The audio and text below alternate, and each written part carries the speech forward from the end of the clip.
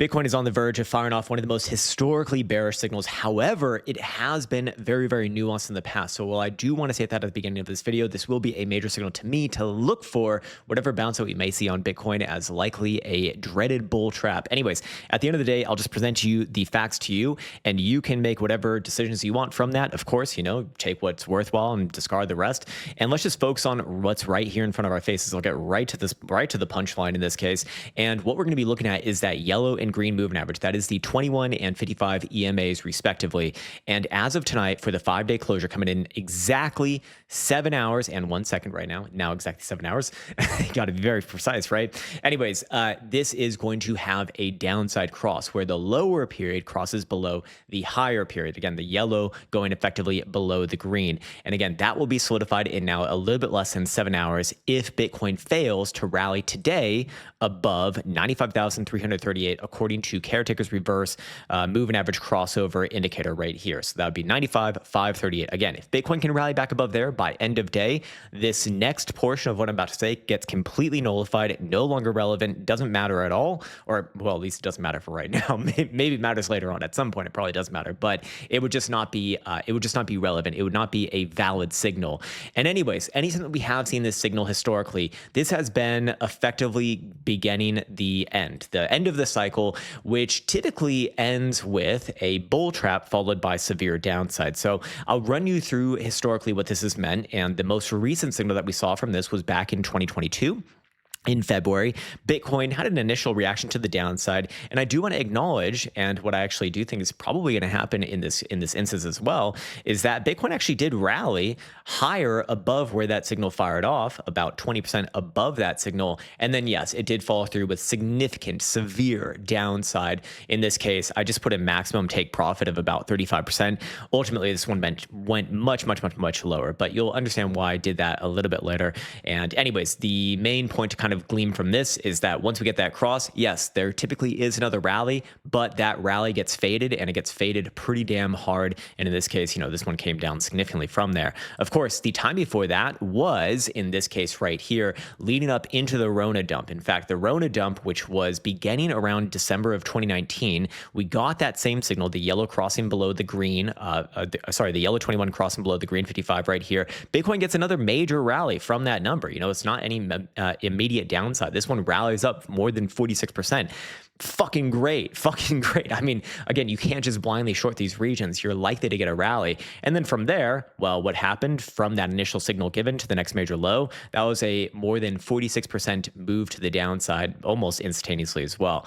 I do want to acknowledge that there was one more sort of failed signal right here. This one did enter into a short right at the end of that, of that downside move. Again, this was a black swan, and this one is characteristically different than all of the other signals, including the current signal that we're looking at. So I'm actually gonna go ahead and ignore this one. But yes, there is an instance of this failing, and I would say that, or at least I would argue that this is during a black swan because all the other instances are very uniform, I would say. Of course, the one before that was in 2018. In 2018, so the 21 crossed the downside at the 55 right here. Bitcoin, again, almost immediately over the next 30 days, rallies up close to 38%. Big rally, big fucking rally. But of course, what follows after that? Well, again, from that signal given to the next major low, about 40% to the downside, and it actually goes a little bit lower than that to the final low of that cycle. And then, of course, when we go to the 2014 saga over here, it's very, very similar thing as well. Fires off short right here.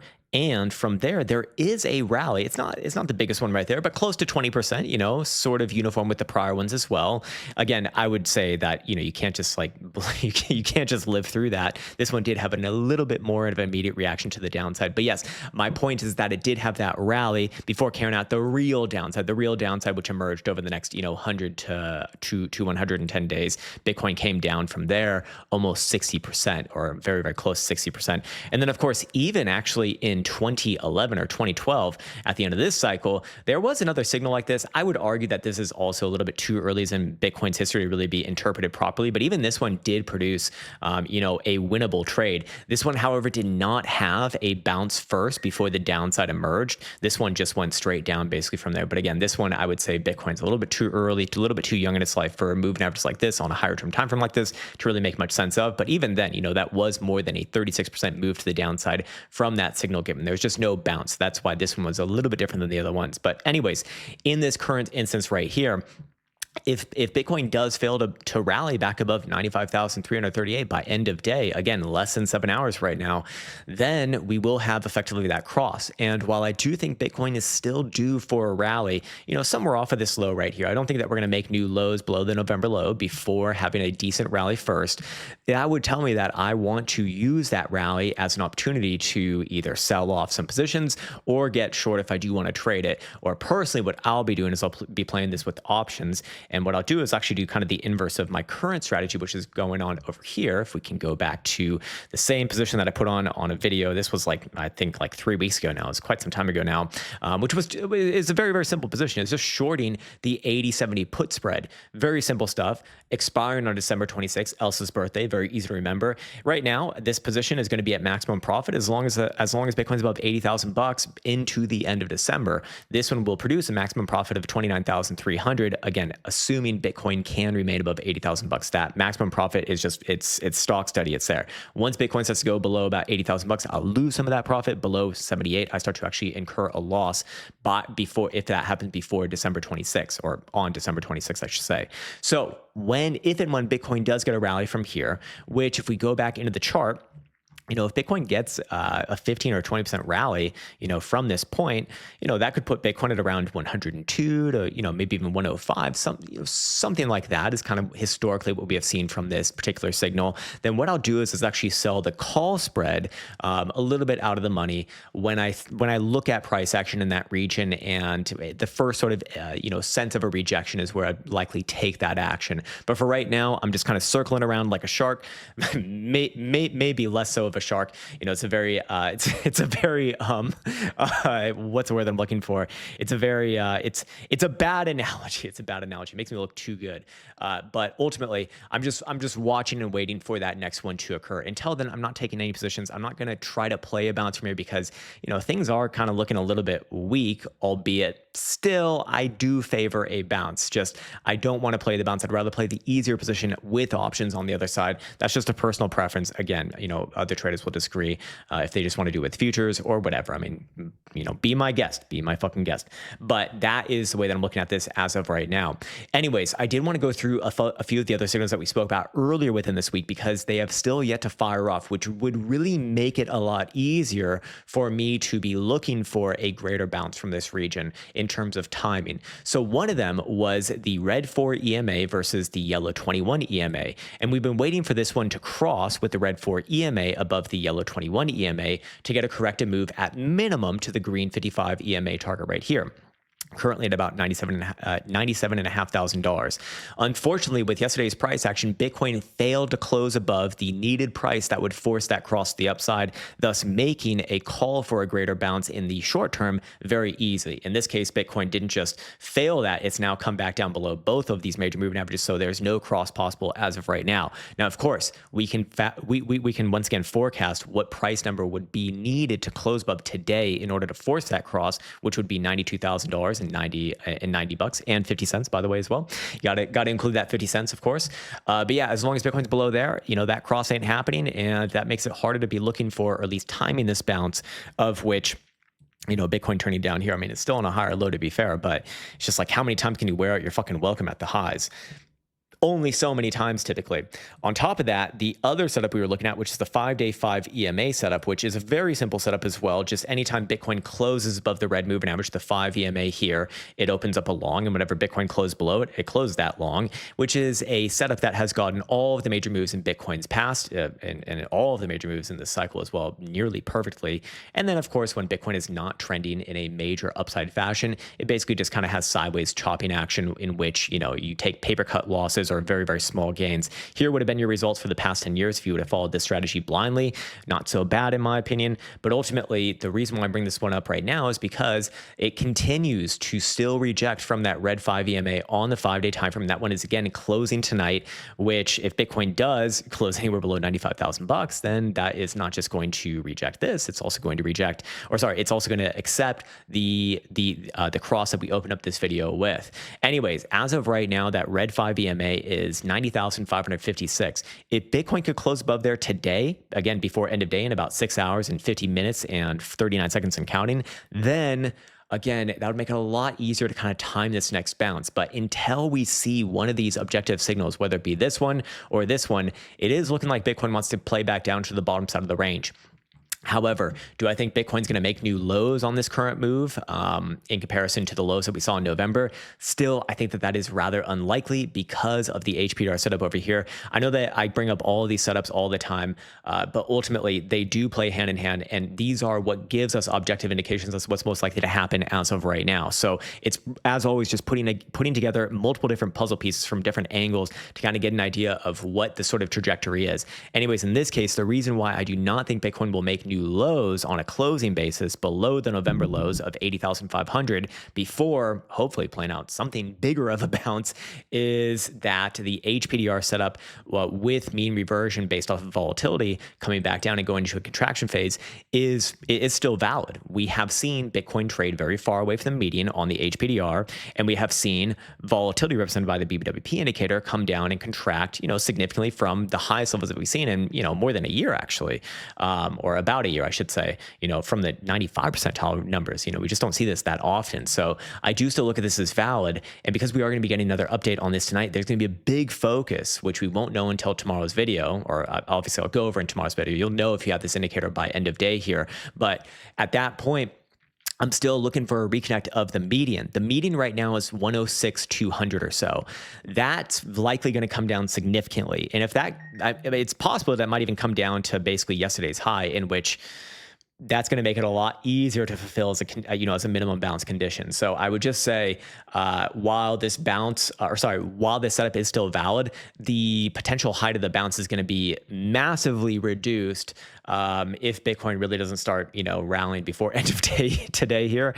Again, I still think it's possible to get into the deep 90s or low 100s, but just be aware that once we get this update on this one tomorrow, that those targets might be significantly reduced, kind of to where Bitcoin's maybe even at right now, or I don't think it would come down that much. I mean, that would be pretty crazy, to be honest, but it could come down into the mid 90s for sure, as an extreme. But again, we'll know about that tomorrow. I'll update that on tomorrow's live stream, but for right now, just be aware of that. But that does still imply to me that, hey, until we reconnect with that median, I'm not looking for downside to emerge. So while I did bring up the 5-day 21 versus 55 EMA setup right here on the moving average crosses, understand that we can still experience a rally before then. Just that's in the bias, at least for myself, that I want to be heeding, that I'm looking for, places to get out on this rally more or less. This is also in alignment with many of the other signals that we've seen on the higher term timeframes, like the monthly, the bi-monthly, the quarterly, stochastic momentum indicator. And then of course we had monthly and now quarterly bearish divergence, and what else? And there was a few other things, also timing of the cycles, yada, yada. I do want to say that if all this does play out, I don't think we're going to see, the super nasty downside bear marks that we've seen in the past. I think that it's going to be a lot less significant than before. I think you're going to get some amazing opportunities between like 50 and 60, maybe as low as 40, but that's kind of where we'd be looking for on a macro bottom if this cycle is indeed over and we're still playing that whole game. I'm very much open to anything happening here, obviously, but I'm always going to base my decisions off of history and of course statistics. It doesn't always play that way, obviously, but it at least gives me a guide and a lens to be basing decisions off of, rather than just drawing lines and be like, this sounds cool. Hey, I think we got some liquidity over here, or some bullshit like that. Look, it might not be bullshit, but I just think it's significantly less objective, and it makes creating real strategies that are repeatable over time very difficult, at least in my humble opinion. Again, if you're having success doing that, more power to you. I'm very, very happy for you, but I do not do that myself. Anyways, yeah, so what else did I want to get to on this video? Yeah, also of note here, I should point out that there certainly is potential for hidden bearish divergence to fire off tonight. That would be if Bitcoin closes here or lower by end of day. If that does happen, I'm probably looking for Bitcoin to come back down to about 86.5 to 87,000 bucks. I mean, these are, not crazy moves right now. But I still, again, just want to be on record as saying, hey, I don't think we're going to be going lower than that November low before having something worth of a bounce first. And then if that happens later on, then hey, that happens later on. Now, if we could use history as a guide for that 5-day 21 versus 55 EMA cross as as some sort of an indication of how far down things can come. Well, as I stated earlier, what I'm doing on this backtest right here using the Quant Prime service is to just take profit when price goes about 35% in our favor. Of course, in many cases it goes more, but I would look at that as kind of like a minimum number. And in this case, if we were to get this firing off again tonight, so I'm going to make an assumption here. This has not happened just yet, but if we assume that Bitcoin does not close above 95,338 by the end of tonight, then, at some point in the upcoming 3 to 4 months, I would be looking at Bitcoin coming down, 35% from this entry, which would be somewhere around here. And that would give a proposed price somewhere around 57,750. Again, it can come down more, but, I probably wouldn't be looking for, that much more on that move. I mean, the last one did come down significantly more, I will say, but all the other ones were, kind of around there, maybe another like 15 to 20% from there. But ultimately, gets us into the area where I start to look at that and say, hey, I'm interested in putting more money to work in long-term investments as a potential macro bottom or just building a macro long position. That's kind of how I'd start to look at that. But again, these are discussions that are really going to be happening, like I said, 3, 4, 5 months out. It's going to take some time naturally, and I still personally would be biased towards a bounce from this region. It would just be too easy if Bitcoin came down from here as well. Not only would it be uncharacteristic historically, but it'd just be too easy. On top of this, and something that I haven't really spoken about on this channel in a long time, is of course a crypto fear and greed index. These sort of reads here are typically conducive more towards bounces. I mean, the market is very fearful still. We're at a 29 read right now. I mean, that is, it's not extreme fear, but it is certainly very fearful. Of course, Bitcoin did hit extreme fear on the current low from November at about $80,500. So I would look at that again as, it's probably going to be a good swing low. And we haven't really seen a good rally from there just yet, or a rally that I personally would be saying, hey, yeah, that looks good. But hey, if I'm wrong on that, I'm fucking wrong on that. So fair enough. But what personally I'd like to see it return to before even considering that there's a high of this bounce is somewhere in the neutral zone, like at least above 40 for sure. And preferably somewhere around 50 is where I'd want to see this on a neutral read. Something like that would make a lot of sense. And again, I also want to reiterate that on our higher term timeframes here, we have a tale of two things going on. One, on our daily and above, our daily to our about 8-day, we're seeing stochastic momentum generally move to the upside. Now, daily over here for CME might actually turn down before end of day if Bitcoin finishes below 92,000 bucks. But all of the other ones, like the 2-day is still up above, as long as Bitcoin's above 88,000 bucks. The 3-day time frame is going to be fresh up above 83,850. The 5-day time frame is going to have its first cross the upside tonight if Bitcoin does finish above 90,000. Sorry, hold on, I'm on the wrong chart. Let's go over to this one. Sorry, it just needs to finish above 83,900. 8-day time frame is gonna potentially cross up on the next period, which just began actually. So this could take a long time, another week or so, if Bitcoin can remain above 88,450. And then of course, all higher term timeframes above these timeframes are still positioned to the downside. So when I see a bifurcation between what I refer to as like the lower end of the higher term timeframes and the higher end of the higher term timeframes, like your biweekly all the way up to your quarterly, well, I generally want to favor the lower end for the shorter term move. So let's say over the next month, probably biased towards the upside. But then the higher term timeframes tell me, hey, this is a move to be very skeptical of, and to personally, as I said, my interpretation is that I want to use that or I'm going to look at that as a signal that, hey, whatever rally we get from here, however high it gets, that's probably going to be a bull trap, and we probably do have more downside to go, amongst other things. Anyways, is there anything else that I want to speak about right now? Yeah, we could go quickly over some quantum wave band action.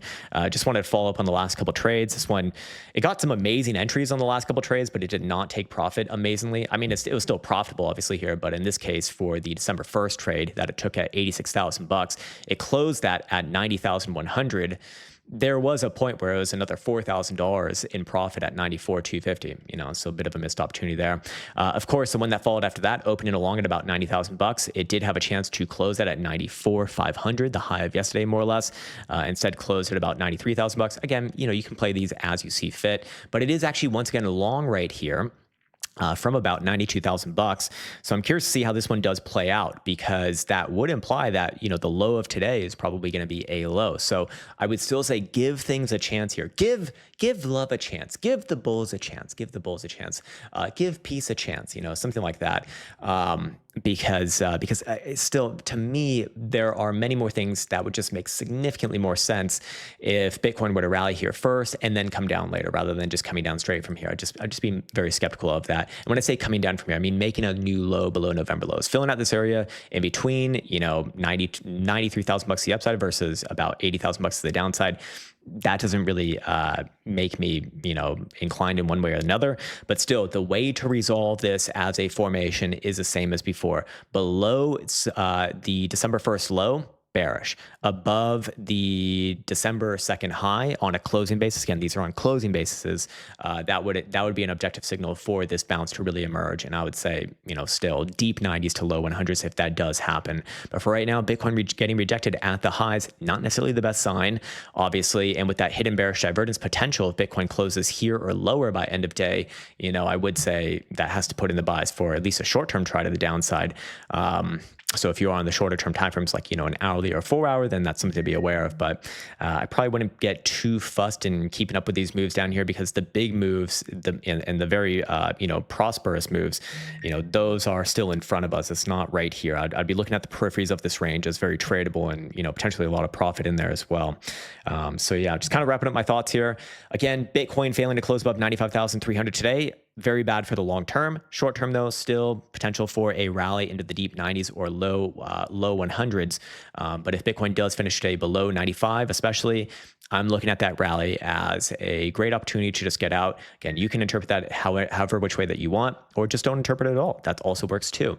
Other than that, if you are looking for a bull market, it's in gold. It's in gold. It's fucking in gold as usual. This thing wants to just continue upwards and onwards, up and to the right.